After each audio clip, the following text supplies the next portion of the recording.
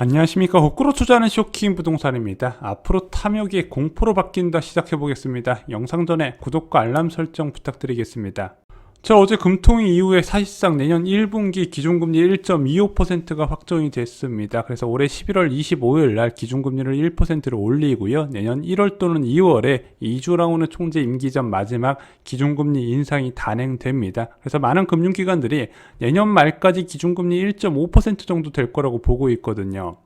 하지만 이런 지속적인 금리 인상은요, 조건이 붙습니다. 어제 금통위 이후에 기자간담회에서 이주랑오는 총재가 금통위가 예상하는 경제 상황에서 어긋나지 않는다면 지속적인 금리 인상을 할 수 있다고 언급을 했던 부분이죠.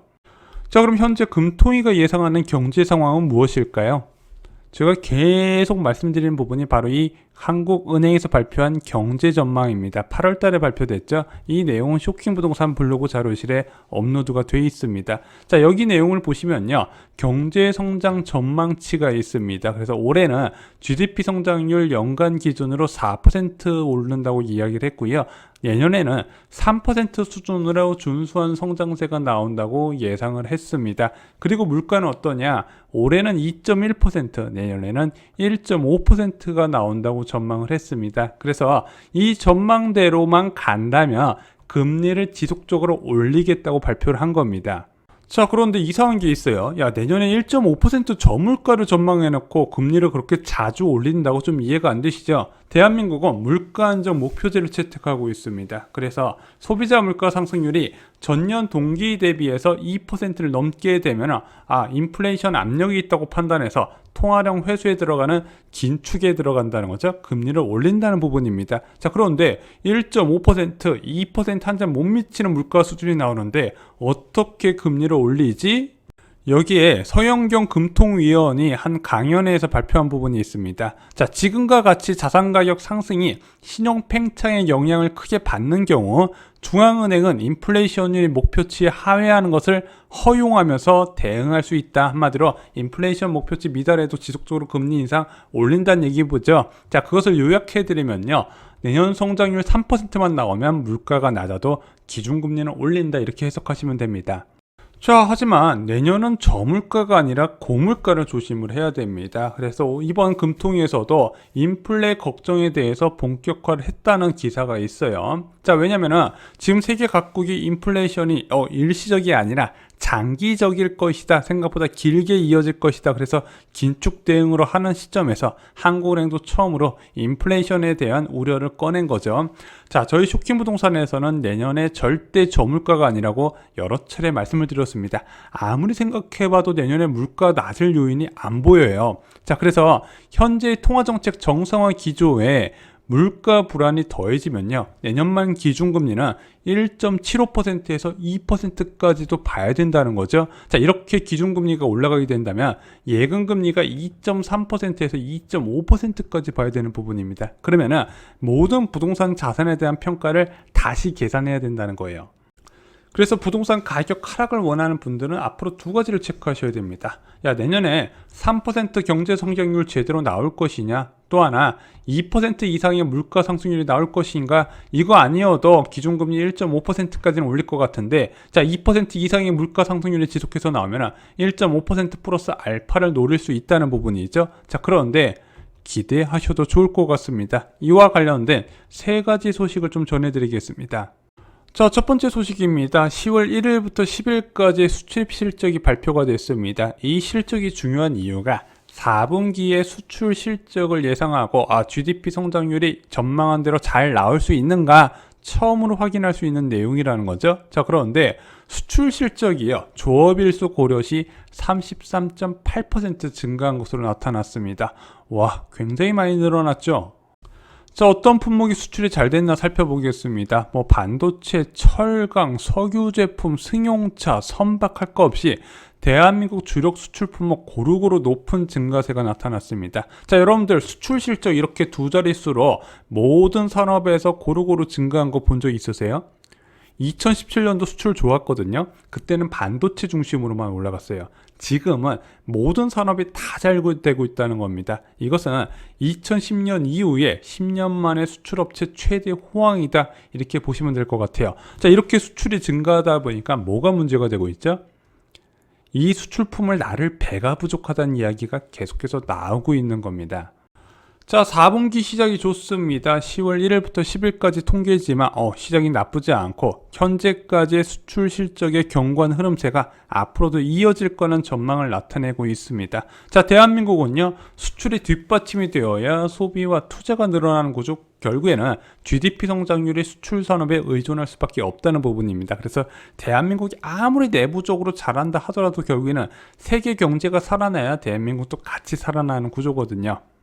자, 두 번째 물가 관련 소식 살펴보겠습니다. 자, 이 물가를 예상할 때 가장 먼저 보셔야 되는 게 바로 국제 유가입니다. 그런데 이 국제 유가 움직임이 심상치가 않아요. 벌써 80달러 선에 안착하는 모습이 나타나고 있습니다. 자, 국제 유가가 이렇게 올라가다 보니까 휘발유 가격도 재차 상승하는 흐름이 나타나고 있습니다. 자, 그런데 1년 전과 비교해 볼 때 국제 유가가 휘발유 가격이 꽤 많이 올라가고 있죠. 자, 이런 기울기에서는 물가 안정은 없다, 제가 계속해서 강조를 드렸습니다. 자, 이게 유가가 올라가면 단순하게 우리가 기름 넣을 때 요금만 올라가는 게 아니라 공공 서비스 요금부터 시작해서 공산품, 그리고 이제 개인 서비스 요금까지 같이 올라가는 부분이거든요. 전체적인 물가 불안의 씨앗이 되는 부분이기 때문에 지금 공공 서비스 요금을 정부가 억제하고 있긴 하지만 지금 몇몇 공기업에서 과부하가 걸린 상황이라서 조만간 연내 인상 가능성이 계속해서 나올 겁니다. 그런데 이게 한번 오르잖아요.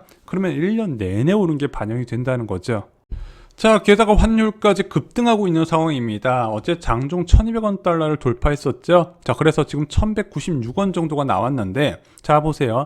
1년 전과 한번 비교를 해보겠습니다. 자, 이 1년 전에 환율이 굉장히 물가 하방 요인으로 작용했었거든요. 왜냐면은 2020년 코로나19 상황이 심각해졌을 때 원달러 환율이 뭐 1190원, 1200원 정도 수준이었다가 2021년에 1110원, 1120원 선에서 왔다 갔다 하니까 수입 물가 하락 요인으로 작용했고, 이것이 유일한 물가 하방 요인 중 하나였습니다. 자, 그런데 내년에 개선할 때는 올해 1110원에서 환율과 1200원대의 환율을 대비해서 계산하다 보니까 수입 물가가 올라갈 수밖에 없는 부분이고, 유가 올라가죠. 수입 물가 올라가다 보니까 물가 불안이 더욱더 확대된다는 부분입니다. 자, 이게 생각해보면 간단한 일이 아닌 거죠. 왜냐면 유가 올라가고 있는데 달러까지 오르면 어쩌라는 거냐? 한마디로 물가가 엄청 뛴다는 겁니다. 이 물가와 더불어서 기준금리도 같이 급격히 뛴다는 부분이죠. 자, 세 번째는요, 금융 불균형 관련 지표 살펴보겠습니다. 가계대출 통계 중에서 가장 먼저 발표되는 5대 은행 가계대출 잔액 추이가 나왔습니다. 올해 1월 1일부터 10월 11일까지의 가계대출 잔액 그리고 증가율이 공개가 됐는데, 5대 은행 가계대출 증가율 목표치가 5%의 눈앞에 도달했다고 합니다. 자, 그러다 보니까 정부에서 관리하는 한도에 거의 가까이 근접했더라. 그러다 보니까 지금 대출 한도 축소 러시가 이루어지고 있거든요. 이미 한도를 넘어선 인터넷 은행이나 지방은행은 경고받고 대출을 거의 중단하다시피 했고요. 5대 은행에서 일부 은행, 뭐 신한은행, 하나은행, 우리은행 정도만 남아 있다는 거죠. 자, 그러면 이들 은행이 앞으로 어떻게 움직일까요? 대출 아예 막을 수는 없으니까 조금만 여러 사람한테 해주는 중이라고 말씀드렸습니다. 그래서 어떤 특정 대출을 막는 게 아니라 전세대출, 신용대출, 집단대출, 주택담보대출 관련된 대출을 조금씩 줄이고 있어요. 그래서 내가 만약에 한 5억이 필요하다 그러면은 뭐 3억, 2억 이 정도 수준밖에 안 되는 거죠. 한마디로 영끌 투자는 지금 사실상 막힌 상황입니다. 그런데 이것이 즉각적인 효과로 나타나고 있다는 거죠. 그것이 어디서 나타난다? 거래량에서 나타나고 있습니다. 거래량이 바닥을 뚫고 지하실로 내려가는 중입니다. 10월 12일 기준 9월 서울 아파트 거래량을 봤더니 1936건입니다. 여전히 한 18일 정도의 등록 가능한 기간이 남아있지만 지금 우리가 추측할 수 있죠. 어떻게 9월 12일 기준 8월 서울 아파트 거래량과 비교를 하면 된다는 거죠. 그런데 9월 12일 날 8월 서울 아파트 거래량이 3,166건인데 10월 12일 기준으로 9월 거래량이 1,936건밖에 안 되네. 야, 무려 40% 가까이 거래량이 감소했다는 겁니다. 문제는 8월 거래량이 4,100건밖에 안 됐는데 여기서 40% 감소한다는 건 어마어마하게 감소한다는 거죠. 한마디로 지금 거래량이 바닥 수준을 기고 있다는 겁니다.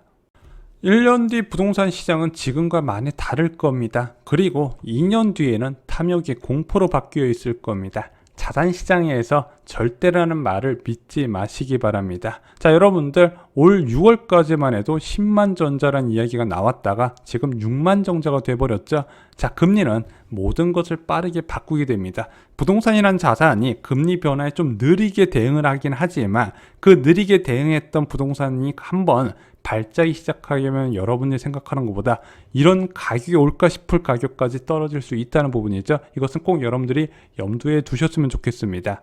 자, 지금 2010년, 2011년과 똑같이 흘러가고 있다 말씀드렸습니다. 그 다음에 대세 부동산 하락기를 부른 5차례 금리 인상. 그런데 이번에는 높은 확률로 재현될, 아니 더 심각하게 돌아갈 가능성이 있다 여러 차례 경고를 드렸습니다. 과거의 폭락 사례 어땠는지 저희 쇼킹 부동산원 아파트 교과서로 미리 대비를 하시기 바랍니다.